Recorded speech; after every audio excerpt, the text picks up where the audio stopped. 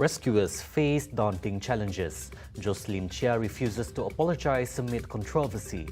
And community collaboration key to GEOPARK'S success. These are the headlines for tonight. Good evening. You're now with me, Lorenzo Isaac, and this is TVS Nightline.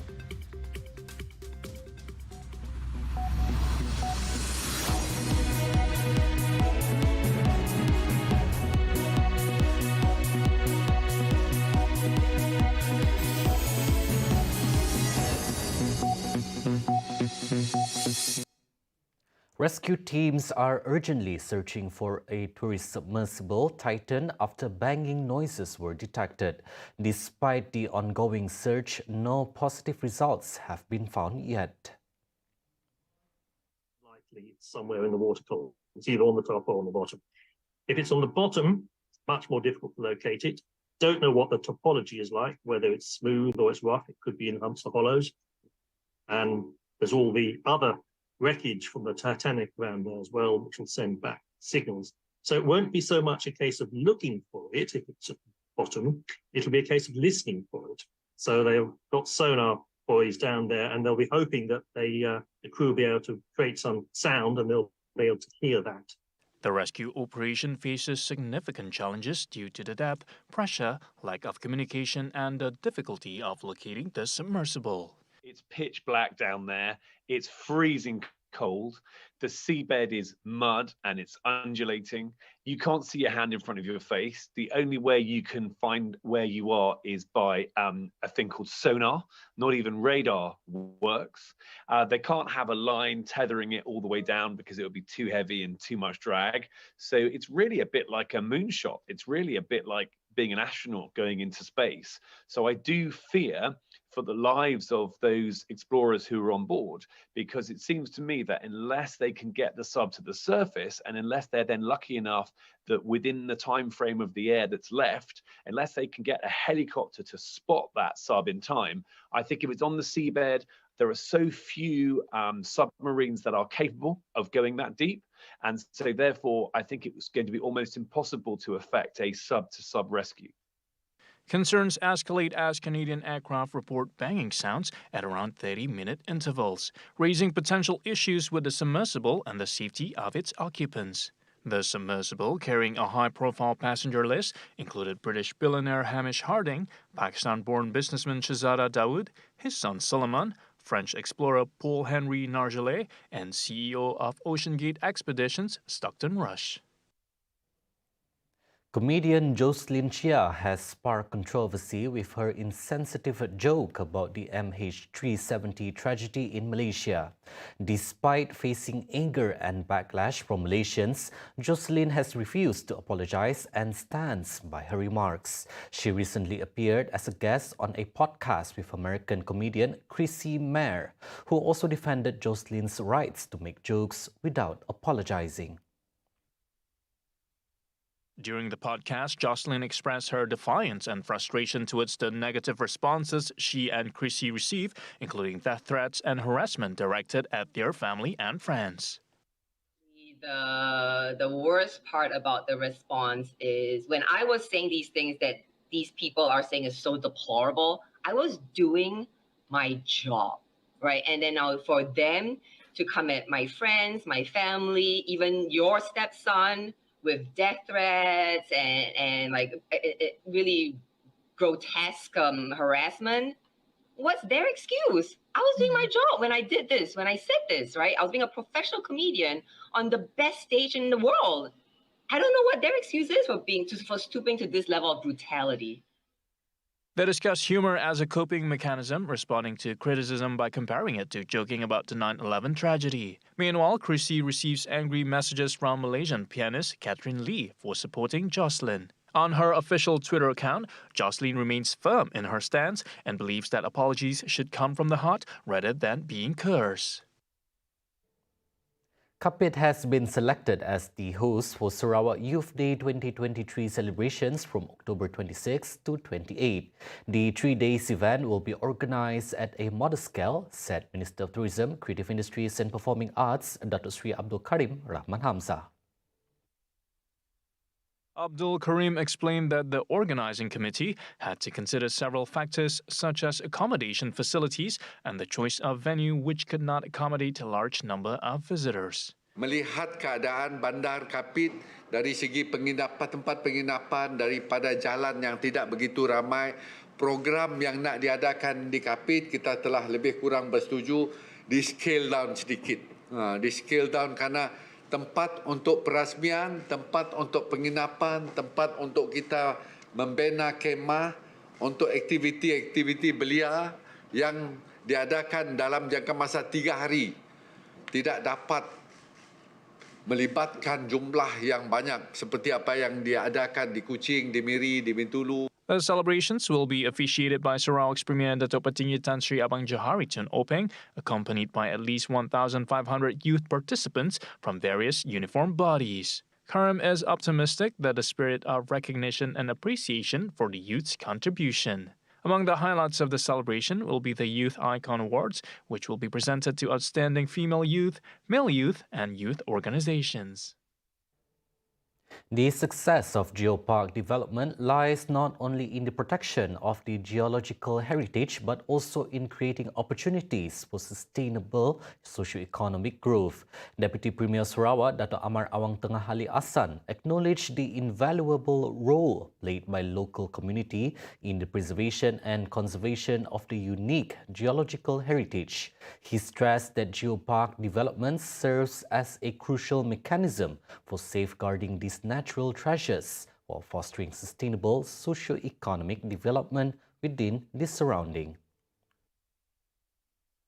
The participation and involvement of the local community in making joint decisions to create a sense of ownership and pride, ensuring the long-term sustainability and success of the site. He said this in a statement following his participation as part of the Malaysian delegation in a benchmark visit to the UNESCO Global Geopark on Jeju Island, South Korea.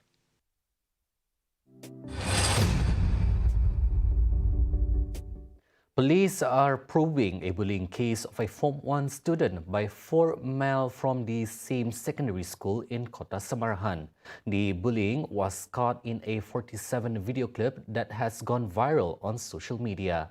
Kota Samarahan District Police Chief DSP Brody Branca said the victim lodged a police report at about 5:08 p.m. on Monday. Acting on the report, the police conducted an investigation and found that the incident took place behind a commercial unit at Taman Desa Permai. In a statement, Brody confirmed that all 4 students suspected were brought to the Kota Samarahan police station to facilitate investigations.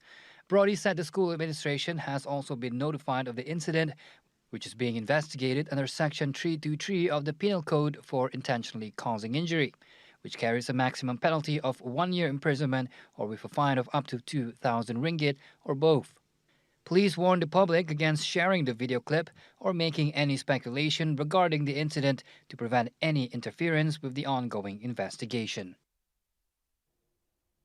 The upcoming Gedong Festival 2023 is all set to take place on a grander scale from July 28 to 30th, promising a vibrant celebration of tradition featuring captivating performances, traditional arts and crafts, mouth-watering cuisine, and much more. The Premier's Gedong representative, Dato' Muhammad Naruddin Majais, has revealed that the festival has set its sight on attracting an impressive 100,000 visitors. Yang Amat Berhormat Premier Sarawak merangkap Adun Gedong telah memberi green light telah memberi restu untuk kita mengadakan pesta peringkat daerah Gedong yang akan diadakan dari 28 Julai hingga 30 Julai. Bermula hari Jumaat, Sabtu dan berakhir hari Ahad 30 hari bulan. Dan Yang Amat Berhormat sendiri akan hadir di majlis penutupan pada pukul 10 pagi 30 hari bulan Julai nanti di Gedong. Dan pesta itu julung kali diadakan sejak Yang Amat Berhormat menjadi wakil rakyat Gedong. At the same time, Narodin, who is also the advisor of the Ministry of International Trade, Industry and Investment, Mintrad, said the festival aims to raise the level of Gedong district as a new district on par with other districts. Additionally, he said it can also create business opportunities and highlight the variety of Gedong district agricultural products, especially its local fruits.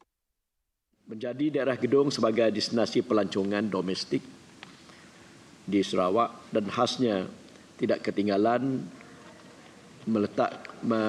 memasukkan pesta ini ke dalam kalender pelancongan bahagian semarahan dan malah peringkat negeri di masa akan datang. Sekurang-kurangnya diadakan sekali dalam tempoh 3 tahun. He said this at a media conference after chairing the Gedong Festival meeting on Wednesday. Adding to that, he said various activities will be organized in order to entice visitors, such as the Beramak Pantai competition. Hence, Narodin hopes that visitors will turn up to experience the uniqueness of the festival. The celebration of Sarawak's 60 years of independence is currently in full swing, serving as the best platform to cultivate patriotism and unity among the multi-ethnic communities in Sarawak. The celebration, Team Sarawak Advancing Prosperity, is highlighted by nine spectacular events: His Sarawak Independence Heritage Convoy, Sarawak 60 Years Digital Exhibition, and the Grand Thanksgiving Ceremony. Additionally, there will be a people's concert and fireworks display, decorated boat parade and street parade. The grand finale of the 60th Sarawak Independence celebration will be the assembly and the grand parade at Padang Merdeka, Kuching on July 22nd, starting at 8:30 a.m., followed by a ceremony to present commemorative medals to individuals who have contributed to Sarawak's development of over 6 decades of independence. Coming up right after the break, maintaining border integrity and Indonesia enters endemic phase. Right here on TVS Nightline, stay tuned.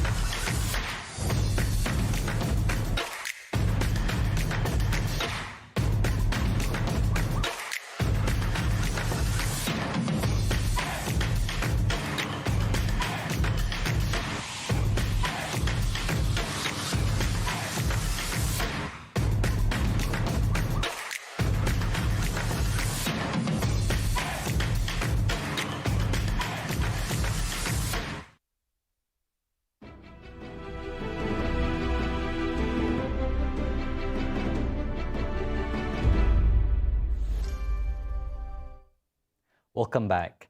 Malaysia will take advantage of defence diplomacy in raising the issue of aggression such as the intrusion by foreign fishermen or the country's airspace. Deputy Minister of Defence Adli Zahari stressed that the ministry will not compromise on any form of intrusion at the country's border, whether at sea, land or air, in line with the Defence White Paper. Kesimpulannya, kerjasama pelbagai hala melalui ASEAN, kerjasama sub rantau dan kerjasama dua hala adalah pendekatan terbaik dalam menguruskan isu-isu keselamatan tradisional dan bukan tradisional yang memerlukan pelibatan pelbagai pihak di peringkat kerajaan, ketenteraan dan agensi penguatkuasaan. Kesemua ini merupakan komponen penting strategi perkongsian berwibawa seperti yang terkandung dalam Kertas Putih Pertahanan Negara dalam mempertahankan kedaulatan negara dan keutuhan wilayah. Itu saja. He said this during a question and answer session at Dewan Negara earlier today in regards to the extent of the ASEAN countries' solidarity in ensuring the peace of the region from the intervention of world powers by Senator Dato' Dr. Ahmad Azam Hamzah. With a steadfast commitment to inclusivity and equitable education and recognizing the importance of providing alternative pathways for SPM non-attendees by leveraging the potential of TVET programs, the Ministry of Education aspires to nurture a skilled workforce, fostering a vibrant and thriving society. KPM akan meneliti bentuk kerjasama dengan kementerian lain yang berkaitan agar laluan pendidikan TVET dapat disediakan kepada murid yang tidak menduduki peperiksaan SPM termasuk Kementerian Belia dan Sukan IKPN, Kementerian Sumber Manusia ILP, Kementerian Kemajuan Desa dan Wilayah GEOPARK'S, Kementerian Pendidikan Tinggi College Community. Berhubung pembiayaan, KPM yakin program TVET yang ditawarkan oleh kementerian lain menyediakan bentuk pembiayaan bagi memudahkan pelajar mengikuti program tersebut. She was responding to a question from Senator Dato' Dr. Nelson Raghunathan in Dewan Negara. According to recent reports, a total of 14,858 students, representing 3.8% of the 388,832 candidates for SPM examination in 2022, were absent from the examination hall. The Ministry of Transport cannot lower the inspection standards of commercial vehicles for the sake of other road users' safety. Deputy Transport Minister Dato' Hasbi Habibullah said all procedures, standards and frequency of inspections for motor vehicles are set based on international standards. He said this when answering an additional question from Senator Rita Sarima Patrick Insol on the government's move to reduce the frequency of inspections for commercial vehicles from 1 year to 6 months, subject to roadworthiness, in order to ease the burden of small farmers. Kekerapan pemeriksaan ini telah ditetapkan mengambil kira aspek keselamatan komponen kenderaan terbabit, terutamanya melibatkan komponen-komponen kritikal keselamatan seperti sistem brek, tayar dan sistem kawalan kenderaan. Adalah dikhawatiri sekiranya tempoh ini dijarakkan, ianya akan meningkatkan risiko kegagalan komponen keselamatan. At the same time, his ministry also acknowledged that at this time, there is no maximum age limit for the replacement of commercial vehicles, with aging vehicles contributing to the risk of failure of vehicle components.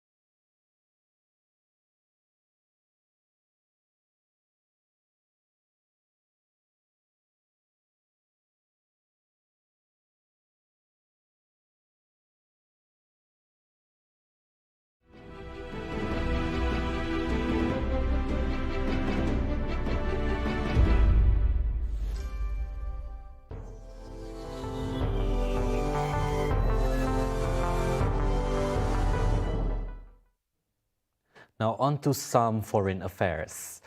After 3 years, Indonesia has officially lifted its pandemic status for COVID-19 and entered the endemic phase. In announcing the matter on Wednesday, Indonesian President Joko Widodo said that the move follows the decline in the number of daily COVID-19 cases and deaths, as well as an increase in vaccination coverage.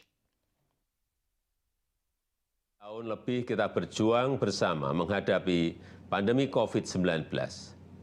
Sejak hari ini, Rabu 21 Juni 2023, pemerintah memutuskan untuk mencabut status pandemi dan kita mulai memasuki masa endemi. He added 99% of Indonesian has antibodies against the virus. Nonetheless, he reminded the public to continue practicing good health and hygiene practices and hopes that the move would further boost its economic recovery. Over the recent weeks, the Republic has scrapped its mandatory COVID-19 vaccination requirements for foreigners seeking to enter the country and simplified its vaccination regime. Earlier this month, the World Health Organization (WHO) declared that COVID-19 is no longer constituted as a global health emergency. At least 25 inmates of a women's penitentiary in Honduras have died in a fire, 7 others have been stabbed to death, and dozens injured during a violent clashes between 2 warring prison gangs. Authorities reported that at least 25 charred female bodies have been found in the bathrooms, allegedly killed by members of the opposing gang who locked their adversaries inside and then started the fire. However, authorities said the death toll could rise to 41. Anguished relatives seek answer as they gather outside prison, desperate for information on loved ones. No nos han dicho nada. Nosotros estamos aquí en espera, no sabemos qué pasó adentro, no sabemos nada. No, bueno, en mi parte no sé si mi prima está viva y mi hermana también no sé nada. Families say they have been kept in the dark on the status. Pero queremos saber quiénes son los que están vivos, porque son seres humanos, son nuestra familia que la queremos ver, saber cómo están. Pero si todos callan, ¿qué venimos a hacer nosotros aquí? ¿A callarnos nosotros también? No, queremos respuestas, queremos una respuesta y que salgan ahí, que no estén allá durmiendo, porque no son familia de ellos, son familiares de nosotros que sentimos ese dolor. Aquí lo sentimos, a ver si están muertos ya y no sabemos nada. Meanwhile, Honduran authorities are working to identify the bodies at the Centro Femenino de Educación Social, a 900-person women's penitentiary. According to some reports, brawl had broken out at the prison in the early hours of Tuesday between members of rival gangs Barrio 18 and the Mara Salvarucha MA13. And that is all the updates for TVS News at TVS Nightline. I'm Lorenzo Isaac. Thank you for watching.